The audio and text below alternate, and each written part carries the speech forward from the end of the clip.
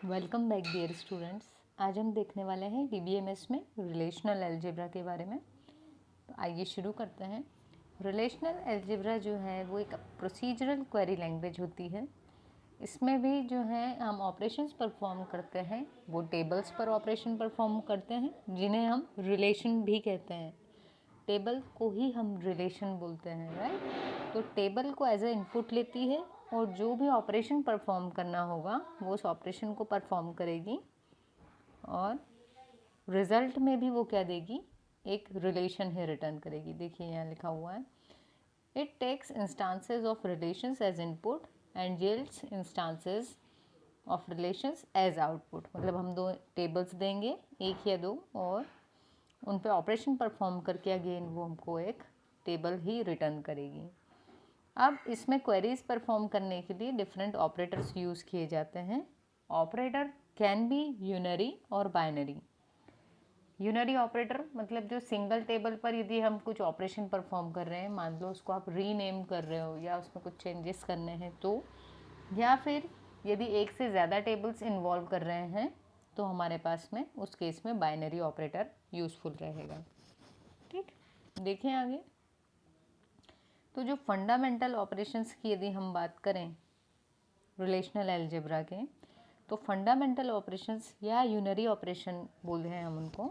ठीक है, तो यूनरी रिलेशनल ऑपरेशंस हैं select, project and rename. Select जो है ये रोज़ को सिलेक्ट करने के काम आएगा। प्रोजेक्ट जो होता है ये कॉलम्स को सिलेक्ट करने के काम आता है। यदि एक टेबल है उसमें आपको कॉलम्स डिस्प्ले करवाने हैं तो प्रोजेक्ट यूज़ होता है। ये थियोरिटिकल है पूरा, ठीक है। और एक होता है रीनेम, जिसके थ्रू आप रीनेमिंग करते हैं। नेक्स्ट है हमारे पास में relational algebra operations from set theory. तो सेट थ्योरी के केस में हम जब बात करेंगे तो हमारे पास है यूनियन, जो आपने जनरली मैथ्स में देखे होंगे। सेट थ्योरी में दो सेट रहते हैं, उनका यूनियन निकालते हैं हम, इंटरसेक्शन निकालते हैं, ठीक है, जिसको इन्वर्टेड यू से डिनोट करते हैं हम, और डिफरेंस भी निकालते हैं, एंड देन कार्टेशियन प्रोडक्ट। और जब हम बाइनरी रिलेशनल ऑपरेशंस की बात करेंगे तो इसमें बेसिकली हमारे पास दो हैं, first is join and another one is division. तो सबसे पहले हम डिस्कस करने वाले हैं सिलेक्ट ऑपरेशन को। सो सिलेक्ट ऑपरेशन क्या करता है, it selects tuples. Guys, tuples मतलब होता है रोज़, ठीक है। आपको कंफ्यूज नहीं होना है, चीज़ें काफ़ी इजी हैं, सिर्फ उसकी जो वर्ड्स हैं वो थोड़े चेंजेस हैं उसमें। जैसे कि रिलेशन बोल रहे हैं टेबल को और रोज़ को बोल रहे हैं टपल्स, ठीक है।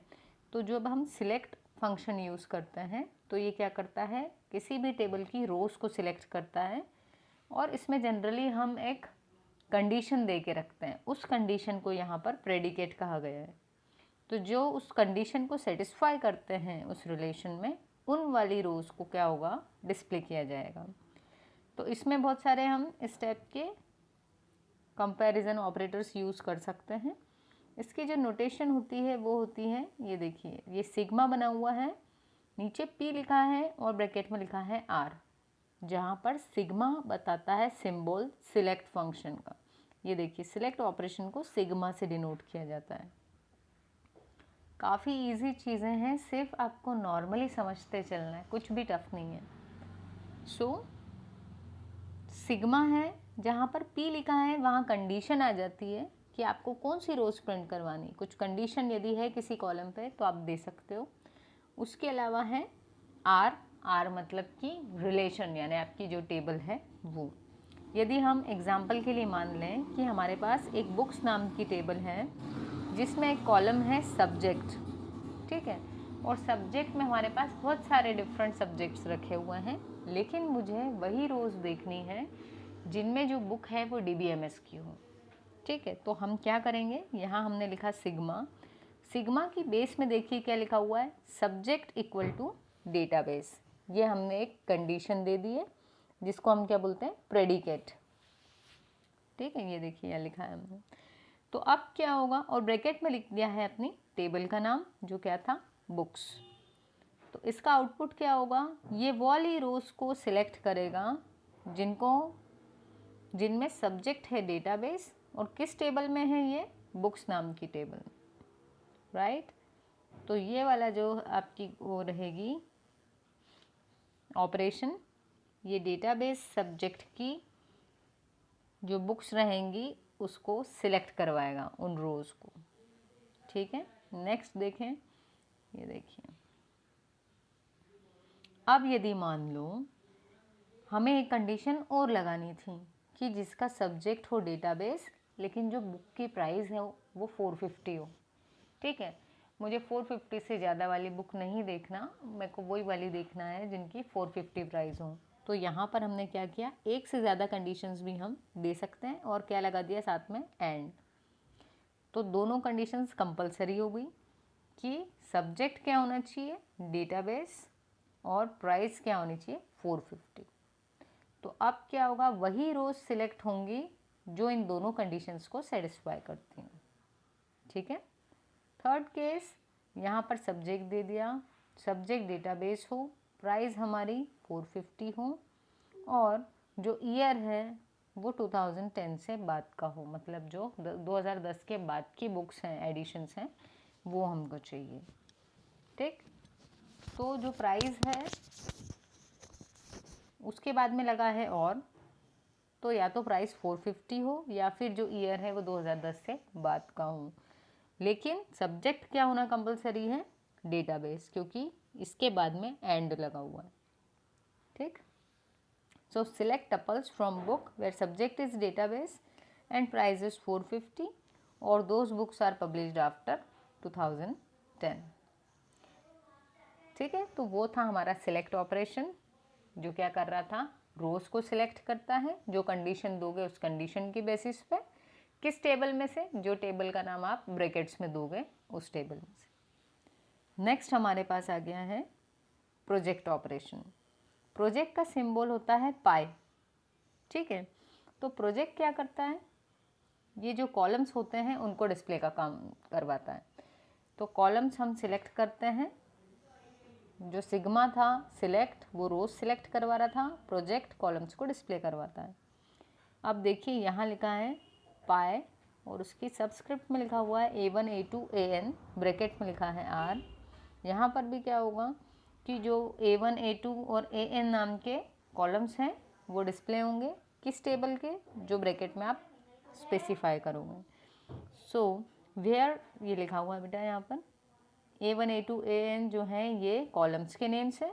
Again don't get confused, attribute का मतलब होता है कॉलम, ठीक है, और रिलेशन मतलब टेबल। तो R नाम की टेबल में ये जो 3 नाम वाले कॉलम हैं इनको सिलेक्ट करेंगे। एक चीज़ जो बहुत इम्पॉर्टेंट है यहाँ याद रखने की है वो ये कि जो प्रोजेक्ट फंक्शन होता है ना, प्रोजेक्ट ऑपरेशन, ये डुप्लीकेट रोज़ को खुद से हटा देता है, ठीक है।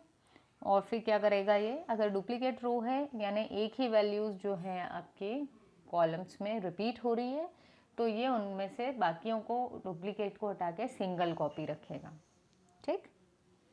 जैसे एग्जाम्पल के तौर पर यहाँ दिया हुआ है पाए, सबस्क्रिप्ट में लिखा है सब्जेक्ट कॉमा ऑथर और ब्रैकेट में लिखा है बुक्स। तो बुक्स नाम की जो टेबल होगी उसमें सब्जेक्ट और ऑथर नाम के जो 2 कॉलम्स हैं वो क्या करेगा, उन कॉलम्स को डिस्प्ले करवा देगा, ठीक है। ये देखिए, ये हमने एग्जाम्पल लिया हुआ है। यहाँ हमारे पास में कस्टमर नाम की टेबल थी जिसमें कस्टमर आईडी, कस्टमर नेम और स्टेटस 3 कॉलम्स थे, लेकिन मुझे ये 2 कॉलम्स ही देखना थे जब, तो हमने क्या लिखा, पाए, उसकी बेस में लिखा कस्टमर नेम कॉमा स्टेटस और ब्रैकेट में लिख दिया अपनी टेबल का नाम। तो उसका आउटपुट कैसा दिखेगा हमें, ये, ठीक है। तो यहाँ 2 ही कॉलम सिलेक्ट किए थे तो वही दोनों आए, और देखिए यहाँ पर गूगल, अमेज़ॉन, एप्पल और अलीबाबा लिखा हुआ था, तो वही वाली चीज़ आई है। आपके इसमें डुप्लीकेट कब माना जाएगा, जब ये दोनों कॉलम में सेम वैल्यू हो, ठीक है। तो आप यहाँ कंफ्यूज मत होना कि यहाँ पर देखो डुप्लीकेट था, एक्टिव एक्टिव और एक्टिव 3 बार है, लेकिन यहाँ तो तीनों बार आया है, नहीं। इन दोनों के कॉम्बिनेशन से चेक किया जाएगा कि क्या ये रो डुप्लीकेट है या नहीं। तो क्योंकि यहाँ अलग वैल्यू है, यहाँ अलग वैल्यू थी, इसलिए इसको डुप्लीकेट नहीं माना जाएगा, ओके, चलिए नेक्स्ट फंक्शन है, ऑपरेशन है हमारा यूनियन ऑपरेशन। सेट थ्योरी में देखा हुआ है ये हमने। क्या होगा इसमें, ये बाइनरी यूनियन परफॉर्म करेगा। दो रिलेशंस दिए हुए हैं आर और एस नाम के, और उनके बीच में क्या लगा दी हमने, यूनियन। तो इसका आउटपुट आएगा एक और नई टेबल, जिस टेबल में जो रो रहेगी वो रो या तो हो सकता है कि आर को बिलोंग करती हो, या फिर एस को बिलोंग करती हो, या फिर जो यूनियन के केस में होता है कि कॉमन वैल्यूज़ भी क्या हैं, प्रिंट हो जाती हैं। इसको हम आगे देखेंगे एक टेबल को लेकर के। तो यहाँ पर आर और एस जो हैं ये टेबल्स हैं, ठीक है। अब यूनियन ऑपरेशन वैलिड हो उसके लिए कुछ चीज़ें मस्ट होल्ड होनी चाहिए। जैसे आर और एस जो हैं इन दोनों में नंबर ऑफ कॉलम्स जो हैं वो इक्वल होने चाहिए, ठीक है, क्योंकि जो रिजल्टेंट टेबल बनेगी उसमें भी उतने ही कॉलम होंगे। फिर जो एट्रीब्यूट डोमेन है, मतलब अपने जो कॉलम्स हैं उनमें जो वैल्यूज़ हैं उनकी डोमेन भी सेम होनी चाहिए दोनों टेबल्स में। डोमेन मतलब होता है यदि हमने इंटीजर टाइप का कॉलम लिया था तो दोनों में इंटीजर टाइप का एक कॉलम कंपलसरी है, ठीक। और यदि वो स्ट्रिंग टाइप का था तो string, that is known as domain. और इसमें भी क्या होगा, अगर कोई रो ऐसी है जो फर्स्ट टेबल में भी है और सेकंड टेबल में भी है तो उसकी डुप्लीकेट कॉपी हट जाएगी, उसकी सिंगल कॉपी रखी जाएगी, ठीक है। इसका एग्जाम्पल देख लेते हैं। हमारे पास दो टेबल्स हैं, एक का नाम है बुक, दूसरी का नाम है आर्टिकल। इन दोनों को हमने यूनियन करवाया, ठीक है, मतलब कंबाइन करवाया है। किस बेसिस पे, दोनों के हमने ऑथर्स प्रिंट करवाने हैं। क्या होगा, projects the names of authors, ऐसे ऑथर्स जिन्होंने या तो बुक लिखी हो या फिर उन ऑथर ने आर्टिकल लिखा हो। क्योंकि हमने यूनियन करवाया है तो ये भी हो सकता है कि कोई ऑथर ऐसे हों जो बुक भी लिखते हों और आर्टिकल भी लिखते हों, तो वो कॉमन निकलेंगे दोनों टेबल्स में, ठीक है। तो यदि कॉमन निकलेंगे तो भी जो रिजल्टेंट निकलेगी उसमें वो सिंगल नाम आएगा उनका, ठीक, क्योंकि एक ही कॉलम ले रहे हैं हम यहाँ पर। देखो अंडरस्टैंडिंग पर्पस के लिए बहुत छोटी सी एक टेबल लिए, एक टेबल का नाम है ए, ठीक, और दूसरी टेबल का नाम है बी। अब ए और बी को क्या करवा दिया, यूनियन। अब देखें पहली चीज़, ए में भी 1 और 1 है और बी में भी 1 और 1 दिया हुआ है, इसको बोलेंगे डुप्लीकेट रो, जिसमें पूरी सारी वैल्यूज जो थी कॉलम की वो सेम है। तो इस केस में क्या होगा, ये दो कॉपीज़ नहीं रखते हुए सिंगल कॉपी रखी जाएगी, 1 और 1। फिर ये जो आपका कॉलम ए था इसमें 1 2 आया था तो इसको भी ले लिया, और इसमें 1 3 आया था तो उसको भी ले लिया। तो यूनियन का मतलब है इस टेबल की भी सारी रोज़ ले लो, इसकी भी सारी ले लो, यदि कोई डुप्लीकेट है कॉमन आ रही है दोनों में तो उसकी सिंगल कॉपी लेना है, ठीक है। इसे बोलते हैं यूनियन ऑपरेशन। नेक्स्ट है हमारे पास में सेट डिफरेंस। तो सेट डिफरेंस में क्या होता है, एक टेबल है उसमें कुछ रोज़ थी और दूसरी टेबल को उससे सब्ट्रैक्ट कर दिया, तो मान लो पहली टेबल में जो रोज़ थी अगर वैसी की वैसी कुछ रो सेकेंड टेबल में हो तो वो माइनस हो जाएंगी। हम इसको भी एग्जाम्पल के थ्रू देखेंगे। तो result of set difference operation is tuple.